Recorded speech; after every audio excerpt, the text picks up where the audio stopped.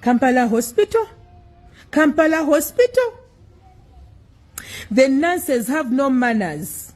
You find a room with, let's say, a guest or 2 or 3. We are in Africa where people still care about their patients. We are not Bulaya, nti patient wa mutusiza mu ddwaliro, then there is only the nurse. No, we are still here in Uganda, where a family is related, and they still care a little bit. When you come into a room, and I am paying 170,000 for a room for a night, and you cannot even greet out of courtesy, greet abantu bosanze, you just say, yeah, it is unprofessional for me to work in this environment. Please sort yourselves and get out. Which kind of manners do you have?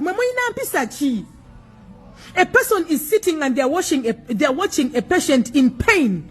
And then they have to deal with a nurse that has 1,001 attitudes. Karikaze kambadde maski tekogera na bulungi kawulira. Bona ajaba mabubami bakubye simanya intravenous. They don't even explain to you dagala kiri gye bali mukuba mulwadde. Kyokka ne bakomawo nga baasamu.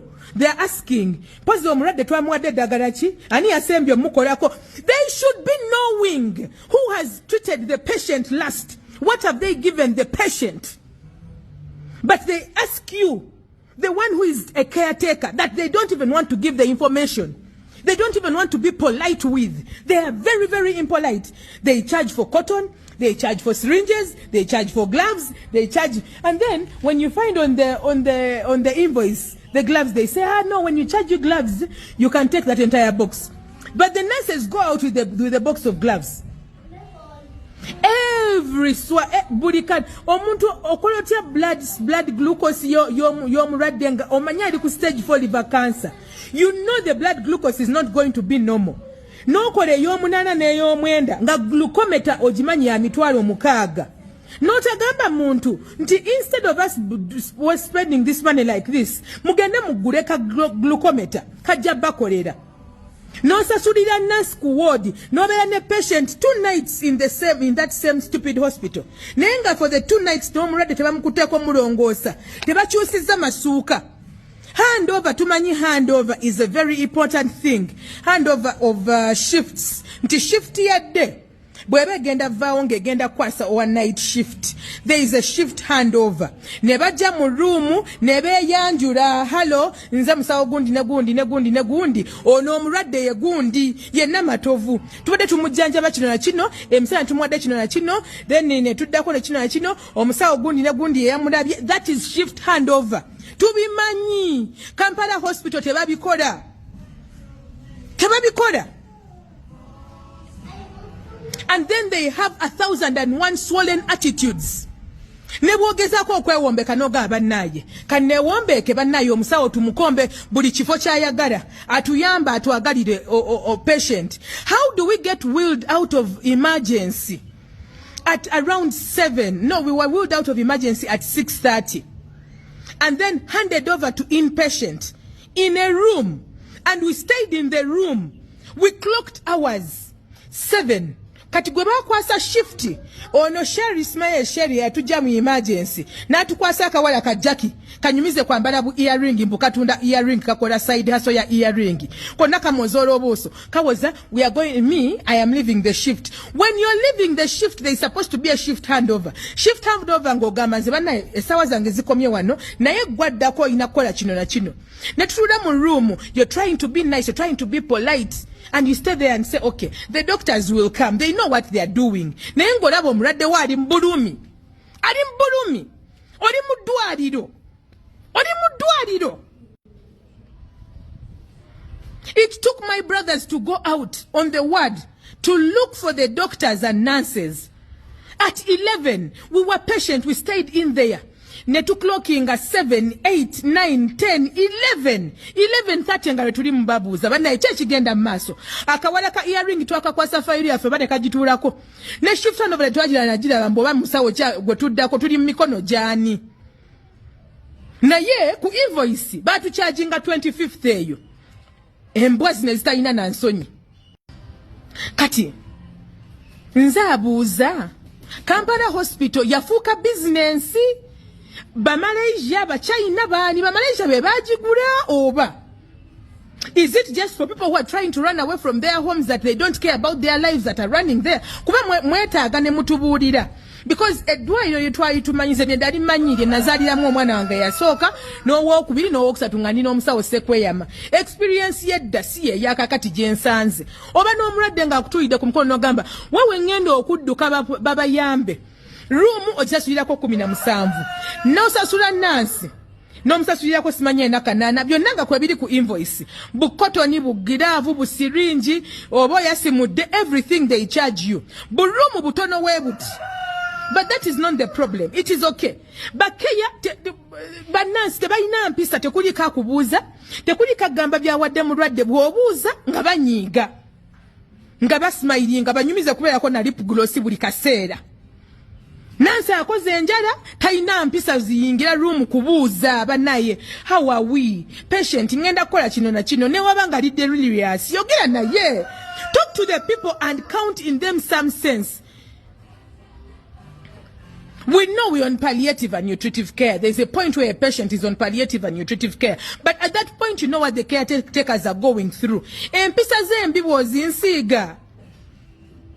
Banaye nga mwononye ensi. Banaye nga mutononedde ensi. Omuntu addukirewa. Twaze ku Iran, Uganda. Iran, Uganda banaye twayingidde bwe tuti. Ne batureceivinga bulungi. Banansi ne bawiringa mami bulungi ne bamusitula bulungi nenga lyeddwaliro buli omu owulira abantu bagamba banaye oba those people oba their police oba biki but they cared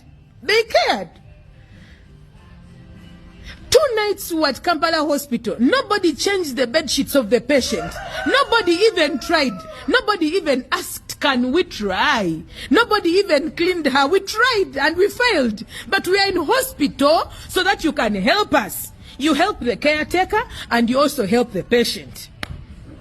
Iran, Uganda. Olwatukawe bati ne balongoosa mami ne bamunaaza fenga atulwanisa ne balyoka bamusedetingako ko katono ne bamulongoosa. Naye Kampala hospital ku bukadde obubiri bwe mwasabye. I even had to come to your account section ne mbagamba nedda mumbirinze ebintu ebikyamu. Ne referral letter nayo ne mugaano jimpa mbula kuba bisimira mu mpadde diagonal bisibi biki.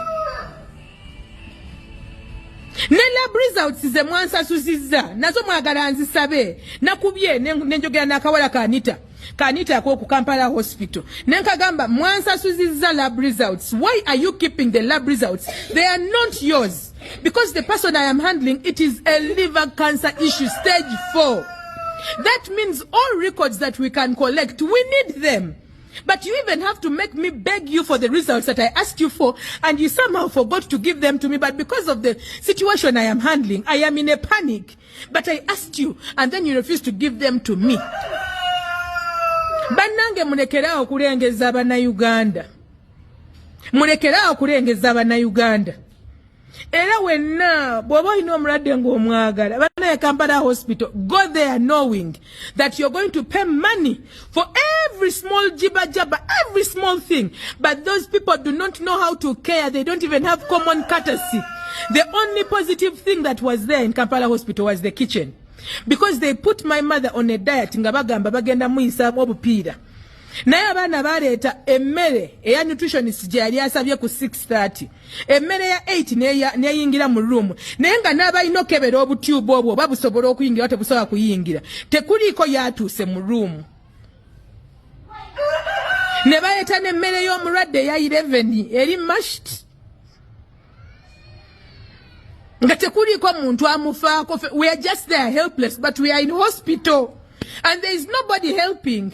Era bannaye mmwe oba mugenda ku Kampala hospital, just chunga yourselves, prepare yourself, have a brave heart, be as stupid as they come, nywa amazzi gakusigale kumwa, because bwe weewaayo okutandika okwogera ojja kubeera muntu mubi. Abo abantu batemu nnyo, tebalina mitima, tebafaayo, tubonaabona ekimala n'okwata obusente bwo ng'omanyi emmere y'omulwadde egenda okuyita mu misuwa, kipaketi kimu kya $20.